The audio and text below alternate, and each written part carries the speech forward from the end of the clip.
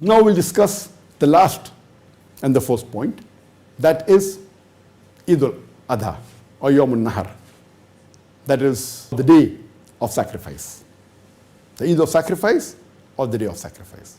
And we know that Allah subhanahu wa ta'ala had asked Prophet Ibrahim that what do you love the most in this world? But naturally after Allah subhanahu wa ta'ala, he said, my son, Ismail alayhi salam. And Allah subhanahu wa ta'ala tests Ibrahim alayhi salam that can you sacrifice him for me? And Ibrahim alayhi salam goes and tells his son Ismail alayhi salam, and he said, don't worry father, you will find me steadfast. And on the instruction of Allah subhanahu wa ta'ala, when he's about to sacrifice his son, Allah subhanahu wa ta'ala replaces it with a sacrificial animal. And this is what we remember every year in Eidul Adha, that we should be able to sacrifice anything in this world for the sake of Allah subhanahu wa ta'ala. And during Yaumul Nahr, the day of sacrifice, and Eidul Adha, the day of sacrifice, if we have the means, we sacrifice an animal. For one person it is a goat, or if you want to do a big animal like a cow or a camel, it can be for 7 people. And it's mentioned in Surah Hajj, chapter number 22, verse number 37. It is not their meat or blood that reaches Allah subhanahu wa ta'ala, but it is a piety which reaches Allah subhanahu wa ta'ala. So we don't sacrifice so that the blood and the meat reaches to Allah subhanahu wa ta'ala, but we do it for our taqwa. Our piety should reach Allah subhanahu wa ta'ala. And what do we do? With the sacrifice, when we sacrifice the animal, we distribute it amongst the poor people, amongst the friends, amongst the relatives, and keep some for ourselves.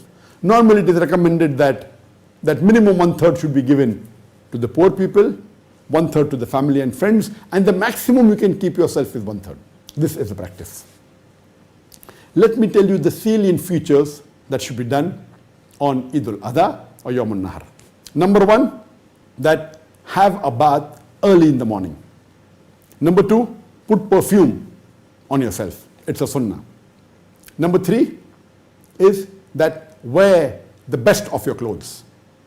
Number 4, say the takbirat. Number 5, preferable, do not eat anything before the Eid prayer. Number 6, go to pray early. Number 7, that it is recommended that all the women, including the children, including the menstruating women, should go for the Eid Salah, even if they don't have to offer Salah or they don't have to go to the Musalla. And when you come back from Eid prayer, see to it that you take another route, not the same route in which you went for the Eid Salah. And preferable to pay Eid Salah in a Musalla, in an open ground, which is called as Eidgah. Now what is the reason that our beloved Prophet ﷺ recommended that all the women and the children, including the menstruating women, should go for the Eid Salah, even if they don't have to offer Salah, even if they don't have to go and pray? What is the reason? Why did the Prophet say that you go from one route and when you come back take the other route? Why did he say that pray in a large place Eidgah? For all this we come to know that the reason is so that it boosts the morale of the Muslims. Normally we Muslims offer 5 times Salah congregation in the mosque. Once a week in Jummah we have a bigger congregation. We pray in the Jummah mosque. The congregation is multiple times bigger than what congregation we have during the 5 times Salah. And twice in the year, during the Eidain, the Eidul Fitr and Eidul Adha, the Prophet recommended that you pray in an open ground known as the Eidgah. Why? So that a larger number can gather. Imagine if you're living in a village and during the Eid Salah you come to know there are 30,000 Muslims, there are 40,000 Muslims. The morale of the Muslims is boosted. And if you're living in an area which has got non-Muslims also, the non-Muslim will think 10 times before interfering with the Muslims. Oh, the Muslims are 30,000 in number, 40,000 in number. Imagine if you're living in a big city and if you pray in one Eidgah in which 100,000 gather or a few 100,000 gather. Imagine the scenario. It will boost up the morale of the Muslims. And at the same time would give a non-Muslim a thought that they better not interfere with the Muslims. This is the psychology, what is the reason that the beloved Prophet ﷺ even told the women and the children to go, even the women if they're menstruating.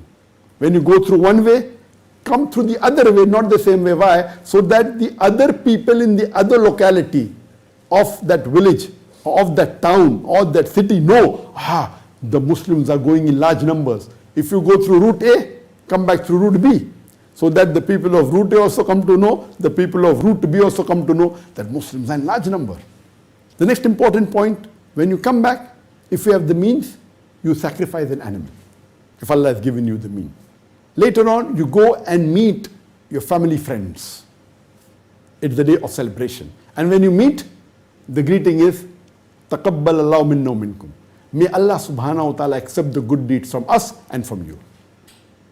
Normally, in India, Pakistan, they say Eid Mubarak or other words.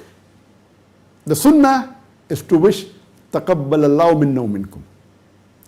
Oh Allah, accept the good deeds from us and from you. You can say Eid Mubarak. It is mubah.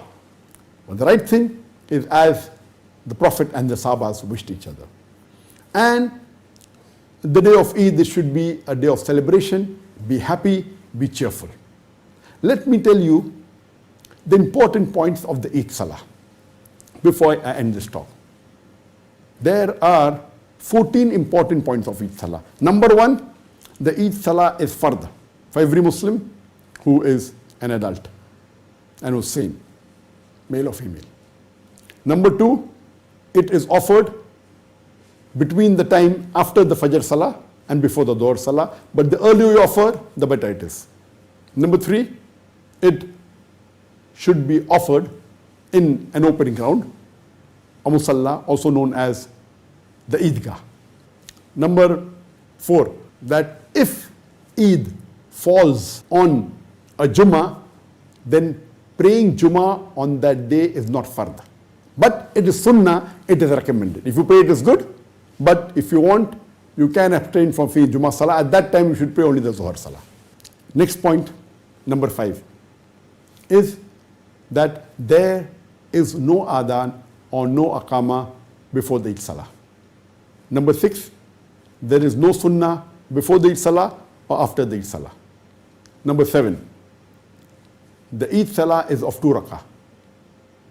Number 8, there are 6 extra takbirat in the first rakat before Surah Fatiha, besides the takbirat ihram. Along with that, there are total 7 takbirat in the first rakat before Surah Fatiha.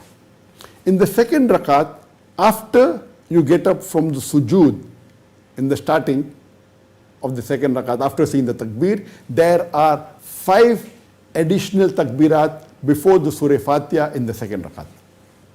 9th point is that it is sunnah to recite Surah Ala in the first rakat and Surah Tasha in the second rakat. The 10th point is, it is also a sunnah, you can recite Surah Qaf in the first rakat and Surah Qamar in the second rakat. The 12th is that after the Eid Salah, there is a khutbah. The 13th point is, it is recommended that you hear the khutbah of the Imam after the Salah. But it is not a fard. It is highly recommended. And the 14th point is, when you go for Salah from one route, see to it while coming back, you take the other route. These were the 14 salient points of the Eid Salah. And I've covered in brief, in as short a time as possible, the importance of the first 10 days of Dhul Hijjah.